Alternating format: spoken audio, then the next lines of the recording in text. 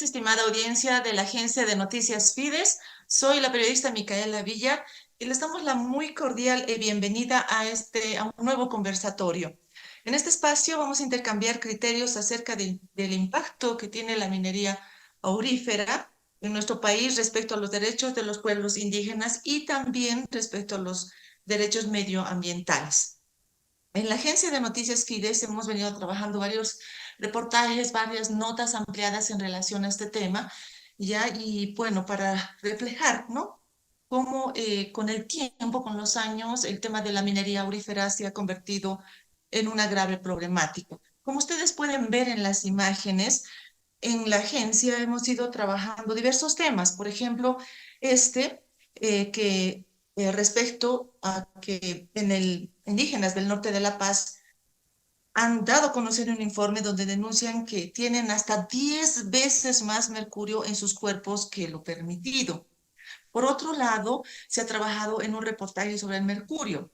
La venta del mercurio de este veneno, que es libre aquí en La Paz, en Bolivia, en el Alto, ¿no? La falta de seguridad y también el contrabando. Asimismo, se ha trabajado en el tema de que existe impunidad y protección del gobierno que ampara la minería del oro en nuestro país. También se ha conversado, se ha entrevistado, se ha investigado 8 mitos que las cooperativas mineras han creado, ¿no? Esto en relación a lo que un experto ha desbaratado, estos 8 mitos, ¿no? Para sustentar el avance de la minería aurífera. También se ha hecho reportajes en relación se ha visitado Tipuani, donde se ha podido evidenciar que el trabajo de la minería aurífera y la destrucción que se está haciendo en el desvío de los ríos, por ejemplo, en este municipio y en otros. Y además de otras publicaciones que ustedes van a poder encontrar en nuestra página web de la Agencia de Noticias Fides. Para analizar este contexto, tenemos a nuestros siguientes invitados, a Lino Illimuri, que es vicepresidente de la Central de Pueblos Indígenas de La Paz, CEPILAP. También estamos con la presencia de Franco Albarracín, que es investigador del Centro de Documentación e Información Bolivia, CEDIF, y Alex Vilca, que es quien es líder indígena de la Coordinadora Nacional de Defensa de Territorios Indígenas Originarios Campesinos y Áreas Protegidas con Tiopac. Bueno, en primer lugar, muchísimas gracias por estar aquí en este conversatorio con la agencia. Franco Albarracín presentó en la CIDH el impacto, ¿ya? Una denuncia en relación al impacto de la minería ilegal y los efectos que también tiene el mercurio. Entonces, la pregunta es, ¿qué derechos de los pueblos indígenas se vulneran? ¿No?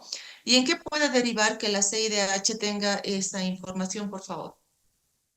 Bueno, primeramente, muy buenas tardes. Gracias por este importante diálogo que tenemos en un tema muy fundamental y crítico para la sociedad boliviana, que es la contaminación y el envenenamiento por mercurio.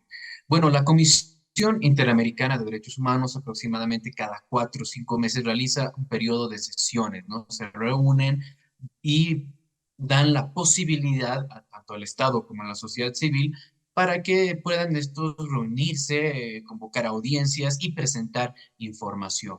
En el 188 periodo de sesiones que se llevó a cabo en noviembre de este año, la CIDH justamente dio esta apertura, convocó esta audiencia y varias organizaciones de la región decidieron juntarse para presentar una temática en común, que es los impactos en los derechos humanos por la minería. Entonces participaron organizaciones de Venezuela, de Nicaragua, de Perú y por Bolivia estaba el CEDIP.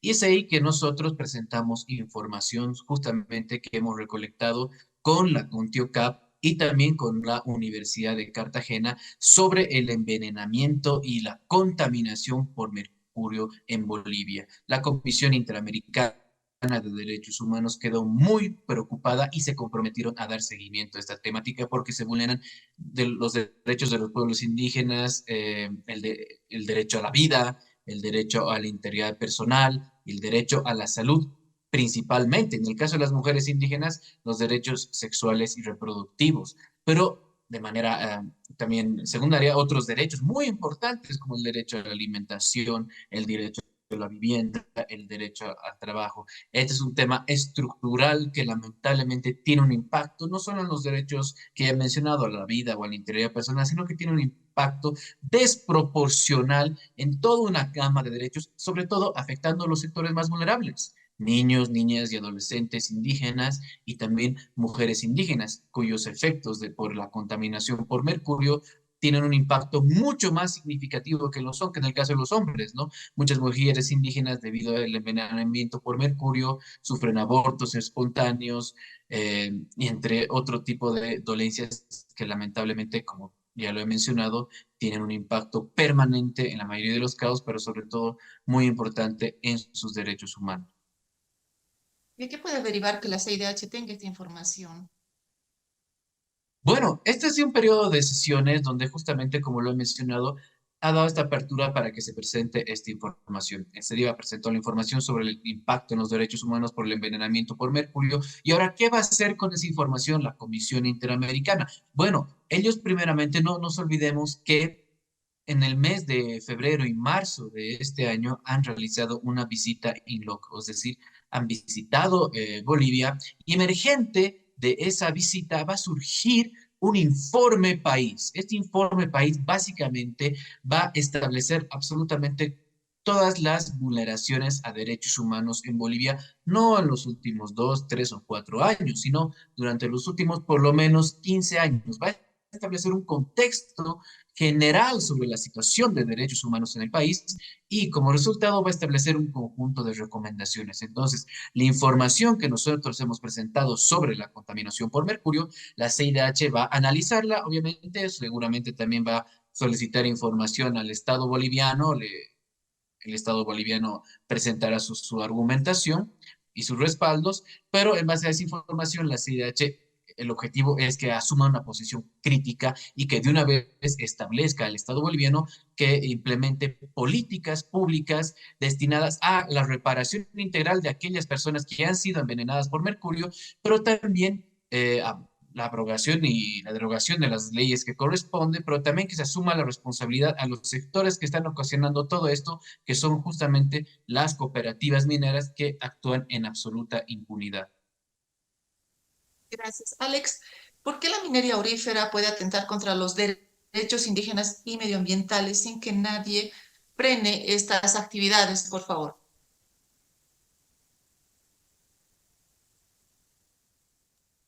Muy buenas tardes, Mariela. Saludar también a Franco Albarracín, investigador del Centro de Investigación y Documentación Bolivia, una institución de la sociedad civil con la cual quiero destacar que la CONTIOCAF, desde su nacimiento el 2 de diciembre de 2018, ha venido trabajando permanentemente en temas de derechos humanos, pero aquellos referidos al extractivismo y la vulneración a los derechos tanto de pueblos indígenas, pero también a los derechos de la naturaleza.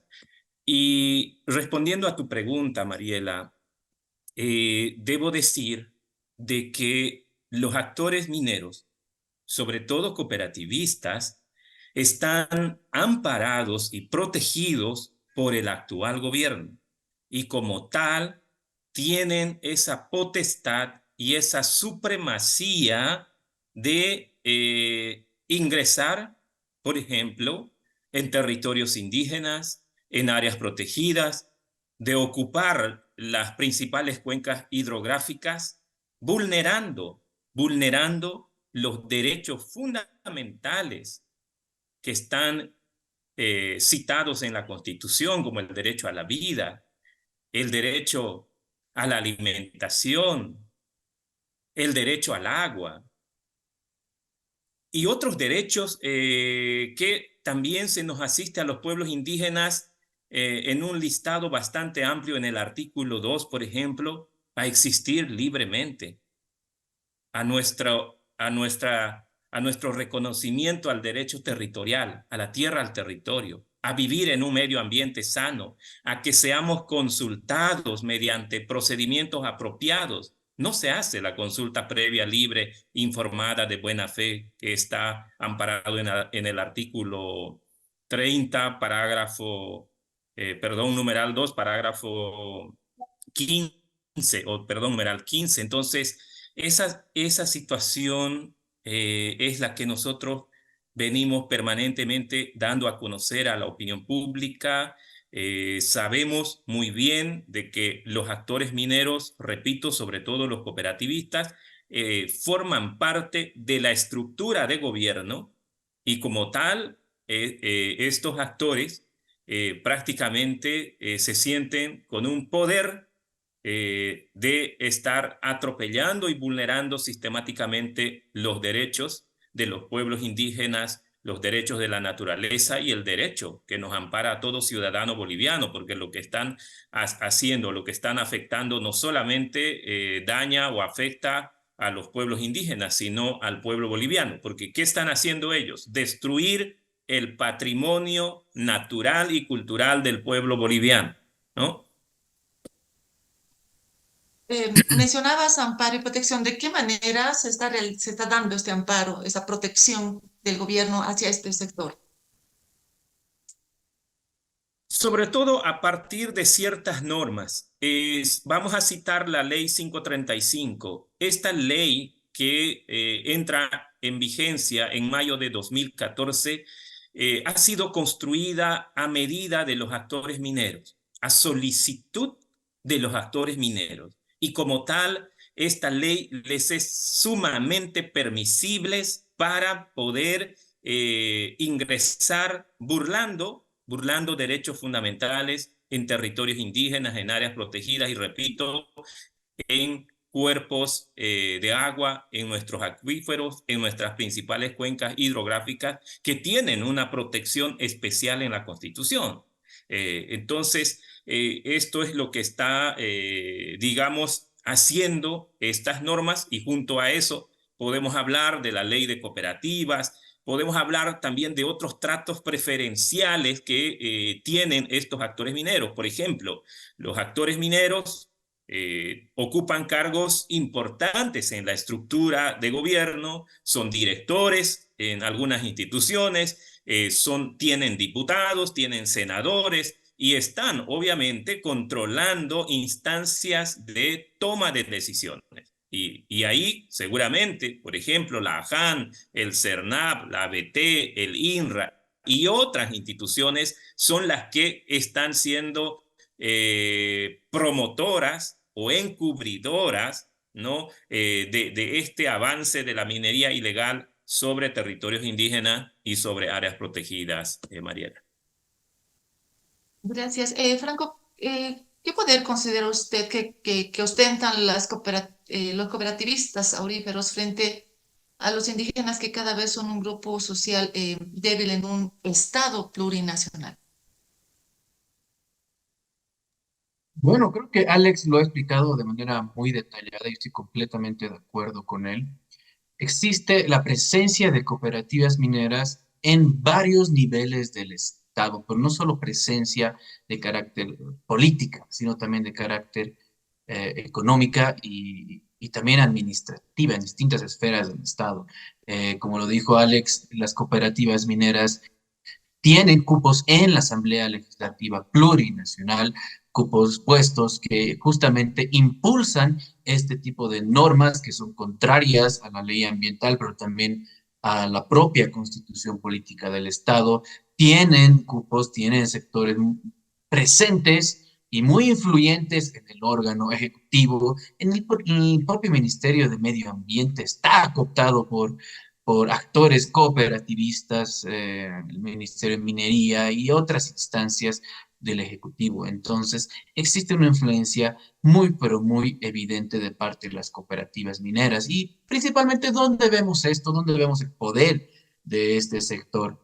Justamente porque la cooperativa minera está exenta de pagar el impuesto a las utilidades de la empresa. Me refiero a la IUE, ¿no? A la alícuota adicional, al IUE, el IVA, y además de regalías mineras, ¿no? Em, cada mineral por la ley 3787, las cooperativas solo llegan a pagar el 60% tras el proceso de la comercialización al cual están sometidos, ¿no?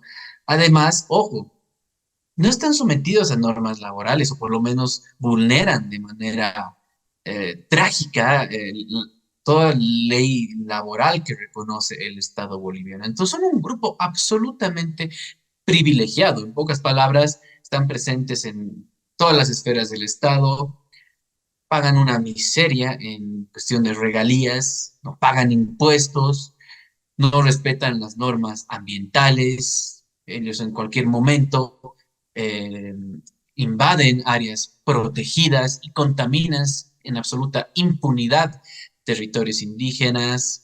Eh, También estos sectores, ojo, y esto considero muy, pero muy importante, están relacionados en muchos casos, en muchas situaciones, con actividades ilegales, con actividades ilícitas. Y ojo, no solo me refiero a la minería ilegal, porque eso es una realidad. También muchas de estas cooperativas están relacionadas con la minería ilegal.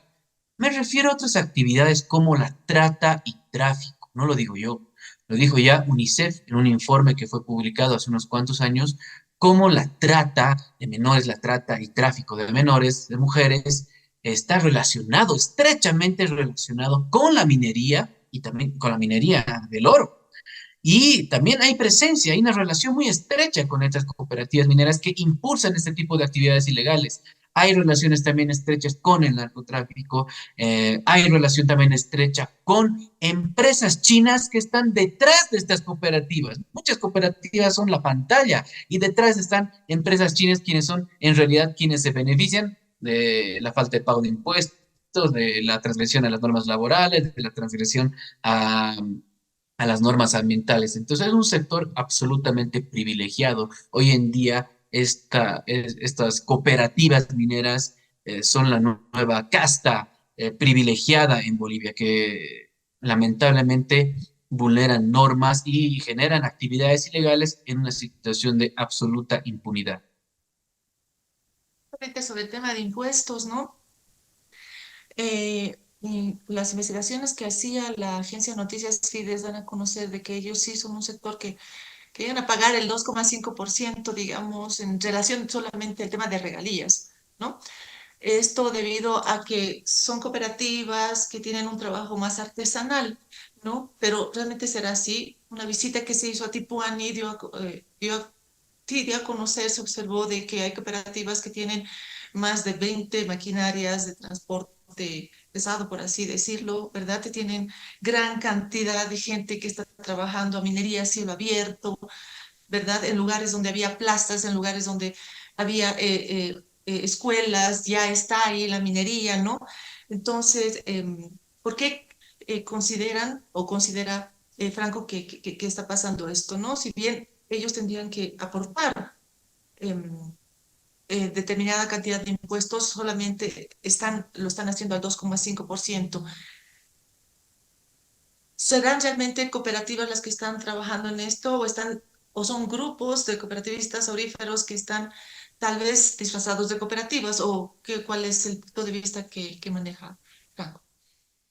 Bueno, hay que resaltar algo muy importante. La minería artesanal existe y es una realidad y desde mi punto de vista sí, en el caso de la pequeña minería artesanal que en muchos casos justamente eh, sirve para la subsistencia, es una realidad en muchas comunidades, sí, y en muchos casos sí deberían estar exentos del pago de impuestos. Pero, es muy diferente las actividades de estas grandes cooperativas mineras que se esconden como pequeños mineros, con pequeñas actividades de minería artesanal, justamente para burlar la normativa nacional. ¿Cuál es la problemática aquí? ¿Será realmente que existen mineros que se esconden o fingen una situación específica detrás de las cooperativas mineras? No, yo creo que la problemática está justamente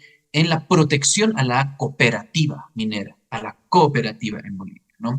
Eh, en principio, una cooperativa se supone que no busca un fin lucrativo, no es una empresa. Se supone que tiene un fin social de beneficiar de igual manera a todos aquellos trabajadores, ¿no? Se supone que son los trabajadores los que administran esta actividad. En Bolivia no existen cooperativas en su gran mayoría, obviamente que hay, pero en el caso de las cooperativas mineras, sobre todo vinculadas con el oro, una gran parte de estas en principio no son cooperativas, son empresas disfrazadas de cooperativas para justamente beneficiarse de la ley, ¿no? Del pago de impuestos, entre otras estipulaciones que establece la norma nacional. Entonces, la problemática está en que en Bolivia en su gran mayoría no existen cooperativas como las conocen en otros países, sino que son empresas disfrazadas de cooperativas, y son empresas, incluso algunas chinas por detrás, que contaminan, que están vinculadas incluso con actividades ilegales. Yo creo que esa es la problemática. Alex, a mediano y largo plazo, ¿cuál puede ser el impacto social y medioambiental en toda la Amazonía, ¿no? Que es la región que está en la mira, ¿no? De las cooperativas, de la minería aurífera. Sí, la minería, sobre todo aurífera, ha ido expandiéndose muy rápidamente a muchas regiones de nuestro país. La minería no solamente está gravitando en la Amazonía boliviana, sino está acentuándose en todo el territorio nacional. Y sin duda, el epicentro de la minería en los últimos años tiene que ver con el norte del departamento de La Paz, municipios como Mapiri, Guanay, Teoponte, y que sigue expandiéndose hacia Polo, gravitando ahora sobre otros municipios como Ixiamas, San Buenaventura, Rurrenabaque, San Borja, estos dos últimos en el departamento de Beni, son una muestra de que esta actividad está tomando control muy rápido de nuevas áreas. Entonces, el nivel de impactos que está causando esta actividad es sumamente preocupante y que podría incluso ser irreversible en varios aspectos.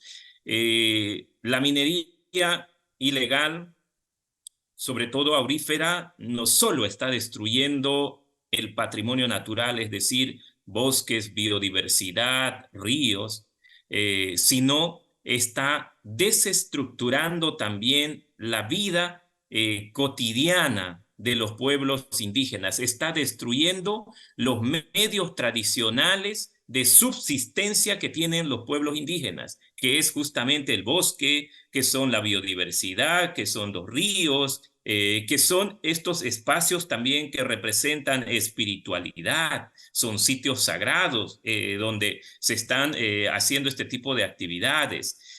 Sin duda, vemos que los pueblos indígenas, al ser altamente vulnerables, somos también los que cargamos con estos impactos sociales, como los que señalaba, por ejemplo, Franco.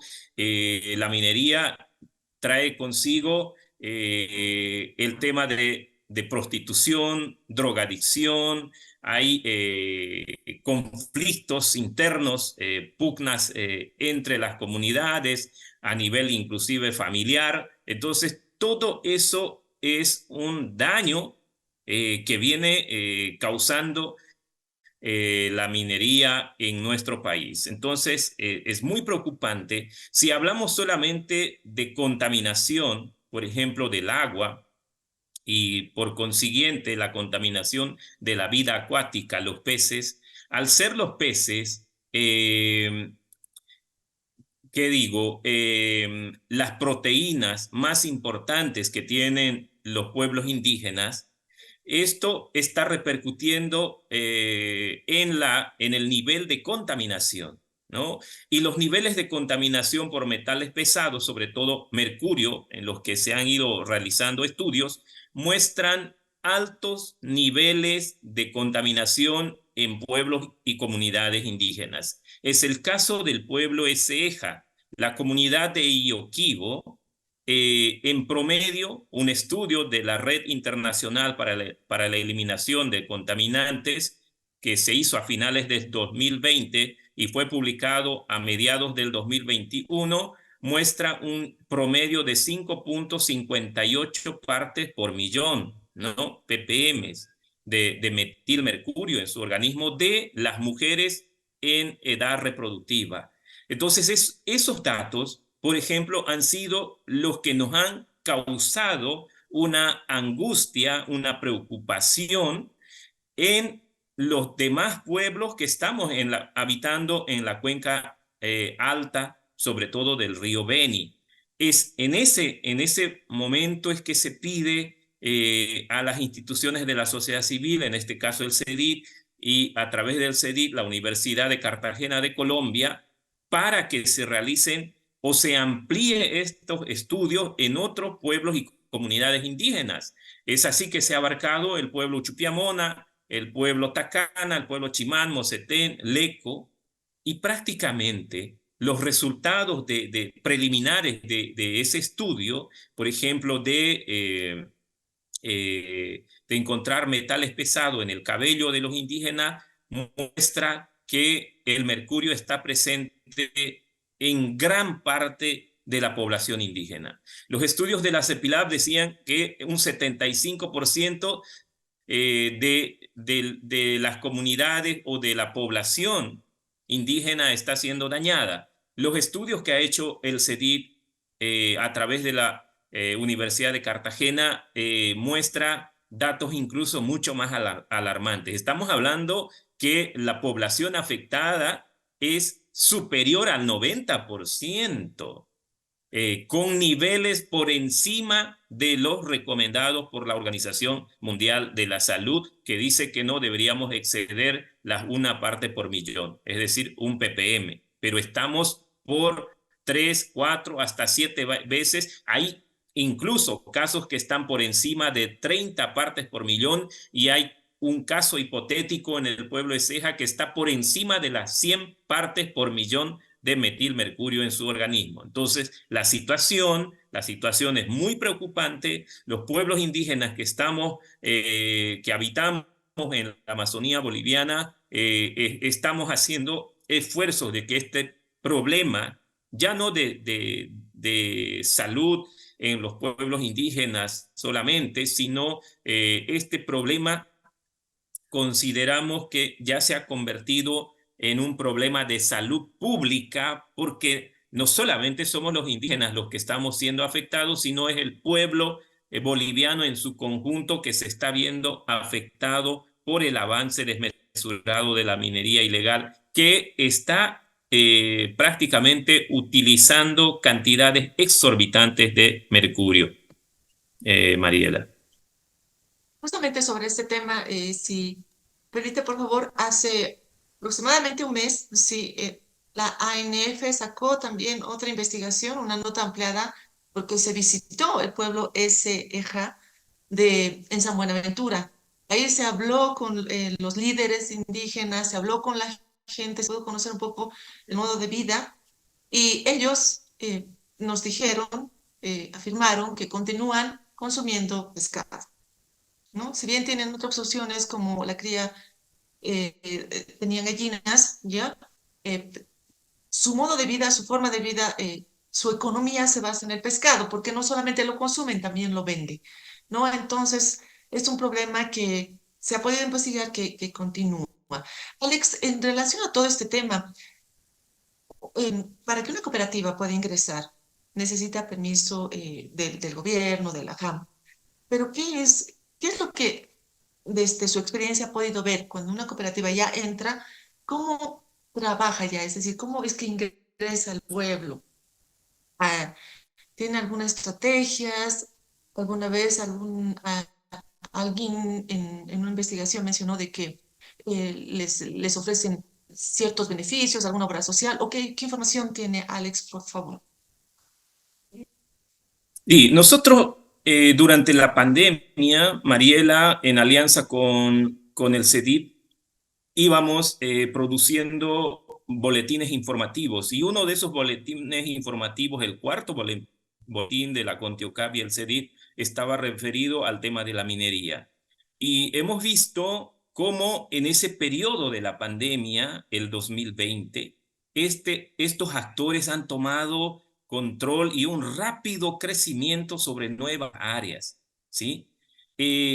Entonces, tienen muchas estrategias para poder ingresar. Lo que ha ocurrido recientemente eh, con el tema de la sequía y los incendios, esta situación de preocupación, de zozobra, que ha absorbido la atención de la ciudadanía para poder defender su entorno, su espacio, su vivienda, sus áreas de cultivo, su bosque, ha sido también aprovechado por estos actores para penetrar en las áreas donde tienen interés. Es el caso del municipio de Ixiamas, ¿no?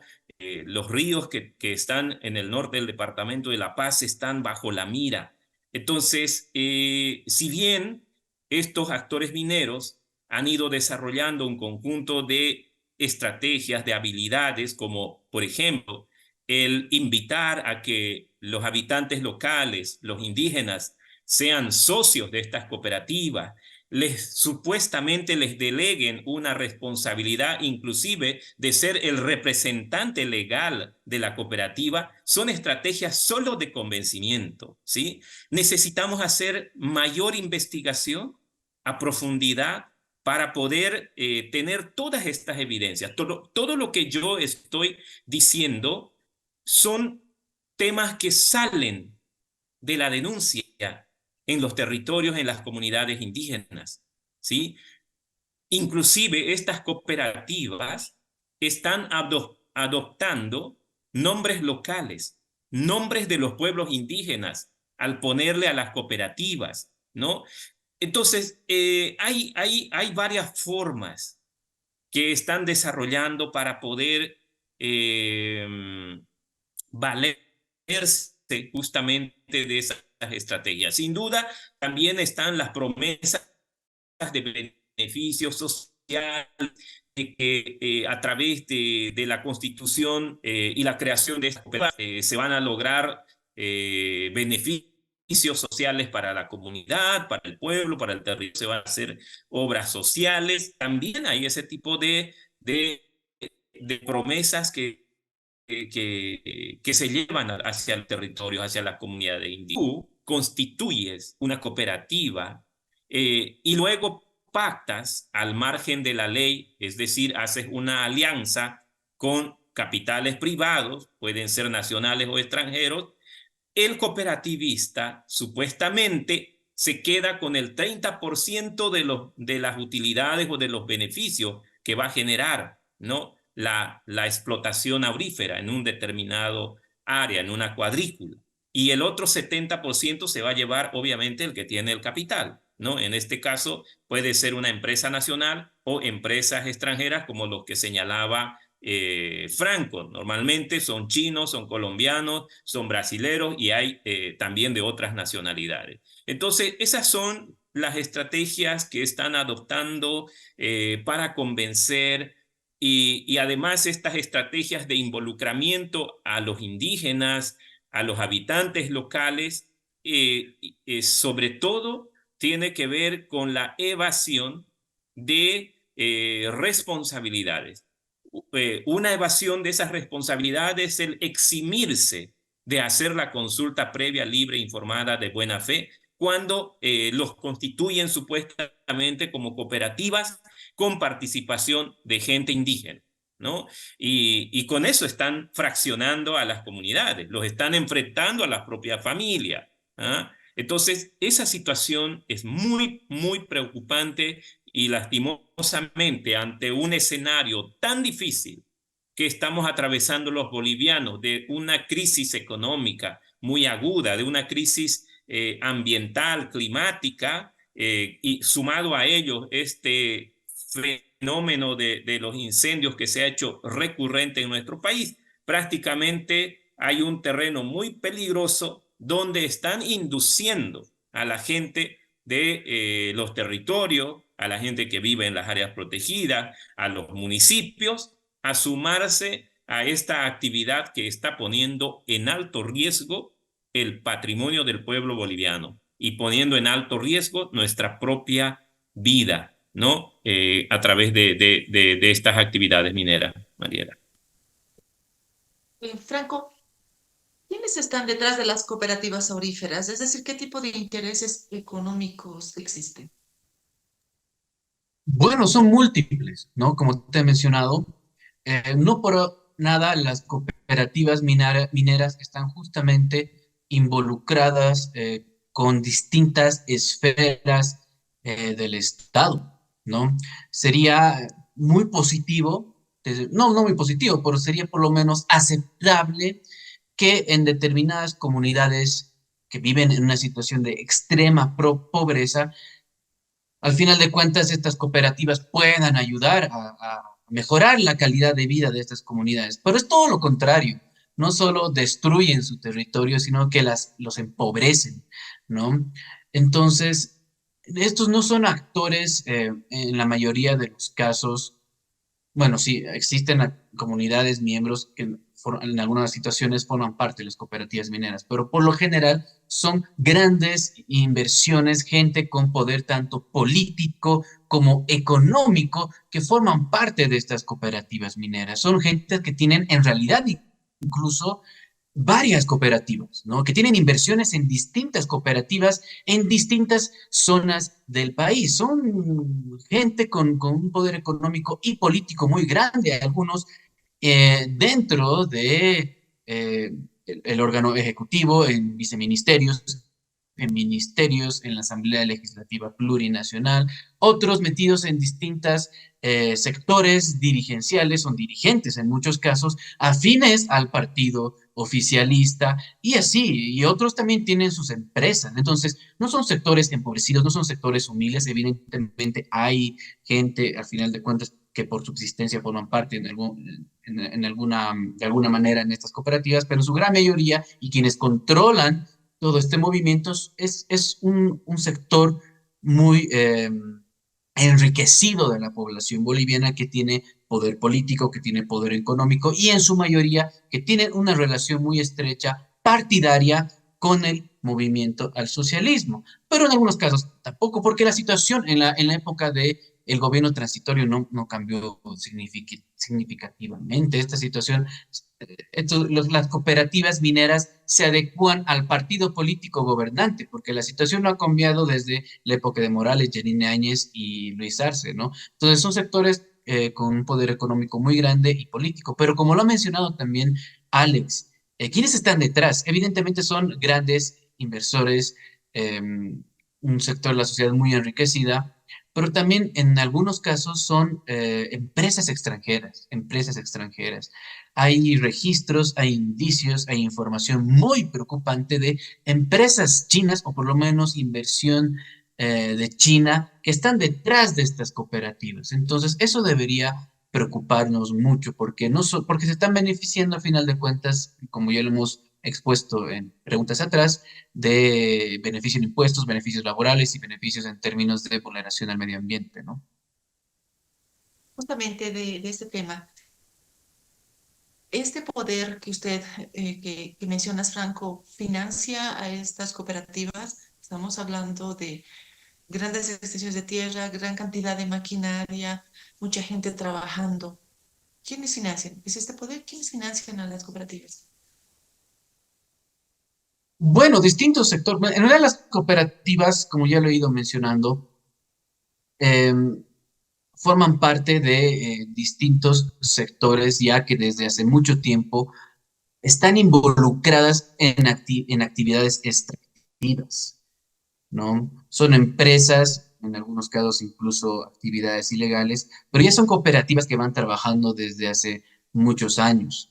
Decir exactamente el nombre de una persona o una empresa sobre que estaría financiando específicamente una cooperativa X, en estos momentos puede ser incluso peligroso, porque muchas de estas cooperativas también están involucradas con actividades ilegales, ¿no?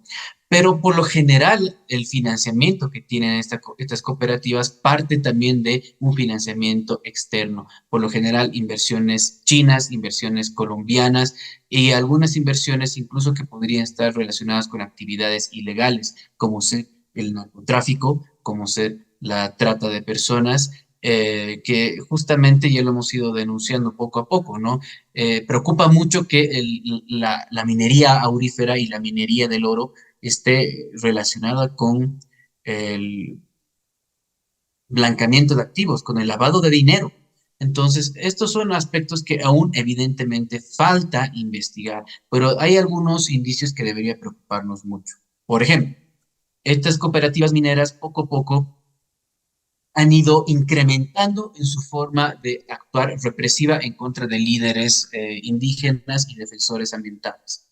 En un principio, ellos comenzaban con el hostigamiento, el amedrentamiento, las campañas de desprestigio, de deslegitimización. Pero ahora se ha vuelto muy común, pero muy común, no solo en la minería aurífera, sino en otras actividades mineras en otros lugares, de la presencia de grupos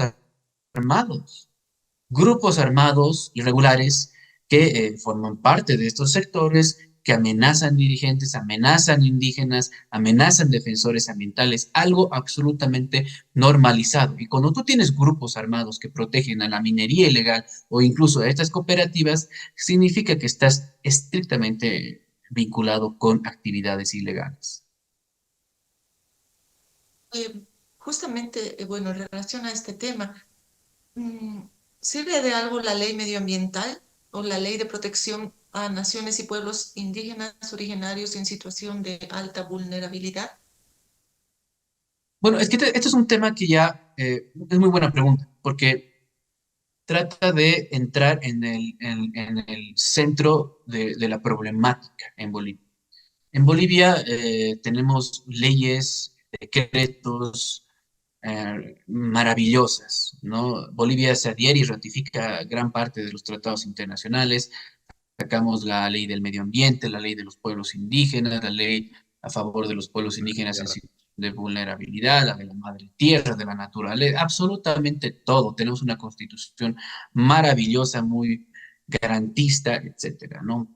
Pero una cosa es lo que establece la norma, la ley, la propia constitución y los tratados internacionales a los cuales se ha adherido Bolivia, y otra cosa es la realidad, si se cumple esta normativa. Y obviamente esa ya es una problemática que tiene mucho que ver con el Estado de Derecho en Bolivia, ¿no? El Estado de Derecho y el cumplimiento de las normas nacionales. Entonces, Bolivia tiene todo un paraguas de protección para el medio ambiente y la naturaleza. Pero debido a la falta de Estado de Derecho, debido a la falta de cumplimiento de la normativa, debido, ojo, a la falta de independencia también del órgano judicial, del Ministerio Público, del Tribunal Constitucional, etcétera, es que se torna imposible cumplir o que se respete estas normativas. Defensores ambientales, líderes indígenas hoy en día están siendo criminalizados por cooperativas mineras, por empresas mineras que están vinculadas con la minería ilegal. Cualquier juez en otro país ya hubiera protegido a ese defensor y hubiera sancionado a la empresa o a la cooperativa, pero en Bolivia es todo lo contrario.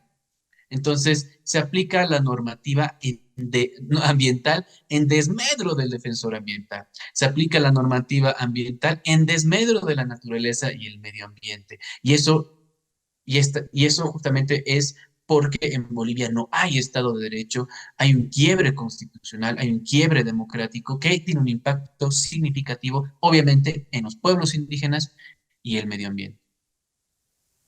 Y ya para ir terminando este conversatorio, por favor, para nuestros dos invitados, primero Alex, por favor, ¿cómo ya conocemos toda esta problemática que existe? Entonces, ¿cómo dar solución a todo esto? Alex, por favor, y luego Franco. Sí, ¿cómo encontrar solución? Evidentemente ya hay instituciones de la sociedad civil que, sobre todo en este tema de la minería del oro, vienen proponiendo un supuesto giro o cambio hacia una actividad de minería responsable, minería verde o minería ecológica. Sin embargo, quiero ser enfático en esa propuesta que está cada vez intentando también convencer a las comunidades indígenas, a los municipios. El problema de la minería no tiene que ver simplemente con el uso de la tecnología, ¿sí? Y los químicos que se utilizan para la extracción de este metal dorado, sino hemos hablado en este conversatorio de que la minería tiene amplios y diversos impactos sociales, económicos, culturales, inclusive políticos. Entonces, si solo nos proponen dejar a un lado, por ejemplo, la utilización del mercurio, cambiar a otro que puede ser mucho más peligroso, como por ejemplo es el cianuro, no estamos hablando de ninguna solución, ¿no? Entonces, como tal, para nosotros no existe la minería responsable o el oro responsable o el oro verde. Y como tal tenemos que buscar otras alternativas. Pero con eso no quiero decir que, por ejemplo, los pueblos indígenas que de verdad han utilizado o han sabido aprovechar los minerales, en este caso el oro, de manera artesanal, rudimentaria, lo sigan haciendo, porque eso es un derecho que nos asiste la Constitución, es una forma de vida que teníamos y que tenemos todavía los pueblos indígenas, que no han sido reconocidas por la Ley 535, cierto. Los pueblos indígenas no estamos dentro de los actores mineros, solo hay 3 actores reconocidos, estatal, privado y cooperativa, pero no se reconoce a los pueblos indígenas como un actor también que puede aprovechar esos recursos como lo han hecho nuestros antepasados. Entonces tenemos que dejar atrás estas actividades extractivas, llámese minería, hidrocarburífera, del agronegocio, la ganadería, la explotación forestal y de grandes infraestructuras como nos están planteando hidroeléctricas, carreteras por medio de áreas protegidas, el caso del Tismi, el caso del Madidi, hidrovías como la Ichilo Mamoré, y se hacen si lograsen instalar las hidroeléctricas Chepete, Bala, Cachuela, Esperanza, también la idea acá es hacer hidrovías más adelante. Entonces, eso no puede continuar porque el extractivismo es algo que nos ha ido postergando, más allá de intentar supuestamente buscar el desarrollo, mejores condiciones de vida, lo que ha hecho la explotación de los recursos naturales en Bolivia ha sido causar un mayor empobrecimiento. Ante esa situación tenemos que dejar esa actividad extractivista y pasar a un momento de post-extractivismo. ¿A través de qué? De actividades, por ejemplo, si queremos hacer actividades económicas en el tema de la agropecuaria, ¿no? O la agricultura, tenemos que hacerlo de manera orgánica, de manera natural, de manera ecológica. O sea, ese tipo de alternativas económicas deberíamos incentivar y deberíamos incentivar otras que son amigables con la naturaleza, con el medio ambiente, que sean respetuosas de los pueblos indígenas, es el turismo responsable, el ecoturismo, el turismo de naturaleza o cualquier disciplina o actividad del turismo que respete la naturaleza, que respete el entorno y que deje beneficios palpables para los habitantes locales, para las comunidades locales, para los municipios, para el departamento, para el país. Entonces, si empezamos a buscar qué otras alternativas económicas hay que van a ayudarnos a proteger, a cuidar los bosques, la biodiversidad, los ríos, el agua, que nos van a ayudar a respetar estos territorios indígenas, las áreas protegidas, tenemos que ir por esa vía. Y yo creo que hay muchas posibilidades de encontrar un conjunto de actividades económicas que nos pueden permitir empoderar a la gente local, a empoderar y darle mayores réditos, beneficios de los que está dejando. Lo que tenemos que hacer de aquí en adelante, y ese es el desafío para los investigadores, para las universidades, es de demostrar con datos, con investigación, ¿cuáles los beneficios que hasta ahora nos ha dejado la explotación irracional de los recursos naturales, el extractivismo, versus otras formas de aprovechar nuestros recursos que no ponen en tanto daño o destrucción a nuestro medio ambiente y a los pueblos indígenas? Yo creo que eso va a ser una tarea. Por ejemplo, solo el agua, solo el recurso hídrico de aquí en adelante va a tener una connotación muy importante y será la disputa ¿no? De acceso a agua limpia, agua dulce en muchas regiones de nuestro país. Y si cuidamos los bosques, si cuidamos los territorios indígenas, vamos a empezar a tener probablemente mayores posibilidades de encontrar mejores condiciones de vida para el pueblo boliviano que quemando los bosques, que talando los bosques, que contaminando los bosques, que destruyendo la biodiversidad, como hoy por hoy lo está haciendo la minería del oro, lo están haciendo las actividades hidrocarburíferas, lo está haciendo el agronegocio, la ganadería expansiva y otros que nos están llevando prácticamente a una situación de alto riesgo, de alta destrucción y de poner en riesgo la vida de los pueblos indígenas y en sí la vida del pueblo boliviano en su conjunto, Melanie. Muchas gracias, Alex. La misma pregunta, Franco, por favor, ¿cómo solucionar esta problemática? Bueno, yo estoy completamente de acuerdo con todo lo que ha dicho Alex. Creo que ha sido bastante específico, bastante claro también, y yo estoy completamente de acuerdo. Solo que yo quisiera añadir algunos factores que me parecen muy importantes y que guardan relación con lo que está pasando actualmente en Bolivia. Yo creo que estamos entrando a una crisis económica. Esa es una realidad. Ya es más allá que las autoridades, las altas autoridades del gobierno lo nieguen, esta es una realidad. Todos los bolivianos lo estamos sintiendo, todos los bolivianos estamos sintiendo esta incomodidad, esta dificultad en el bolsillo, ¿no? Es una realidad, no hay dólares, entonces estamos entrando a una crisis económica. Pero lamentablemente también se está incrementando la crisis judicial, la crisis democrática, y esto termina teniendo un impacto significativo en la naturaleza, en el medio ambiente, porque ¿cuál es la respuesta del gobierno frente a esta crisis económica? En lugar de explorar alternativas, como bien lo ha mencionado Alex, su respuesta es más extractivismo.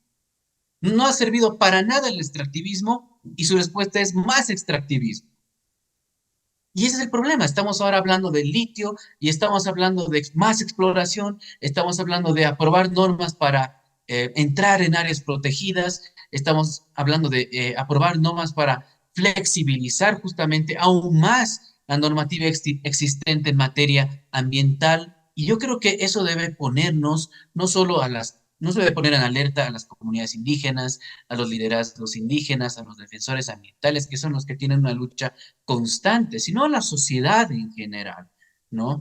Que la respuesta no debe ser frente a la crisis más extractivismo, porque, como lo dijo muy bien Alex, esto nos ha llevado siempre por mal camino. Y lo peor de esta situación es que frente a la crisis económica, que va a tener un impacto en la naturaleza y el medio ambiente, estamos también frente a una crisis judicial. Entonces, las comunidades indígenas, los defensores ambientales que están siendo abatidos por las empresas y por las cooperativas, no solo tienen dificultades en su subsistencia por la crisis económica y por el extractivismo, sino también que tienen dificultades para acudir a jueces debido a esta crisis judicial, debido a la crisis democrática. Entonces, es una situación, desde mi punto de vista, trágica. Estamos viviendo una crisis en distintas esferas del Estado. Entonces, yo creo que esto debe llamar mucho la atención, no solo de los defensores, no solo de los periodistas, no solo de los liderazgos indígenas, sino de la sociedad en su conjunto. Y ojo, también de los organismos internacionales que están bastante callados dentro de este contexto de crisis que vive el país. Agradecemos mucho a Franco Albarracín, quien es investigador del CEDIF, y también a Alex Vilca, quien es líder indígena. Muchas gracias por compartir la información con la Agencia de Noticias Fides. El tema de la minería es bastante amplio, el tema de la minería va a continuar y seguramente vamos a continuar hablando en otros conversatorios al respecto. Muchísimas gracias, Franco y Alex, y va a ser hasta una próxima oportunidad.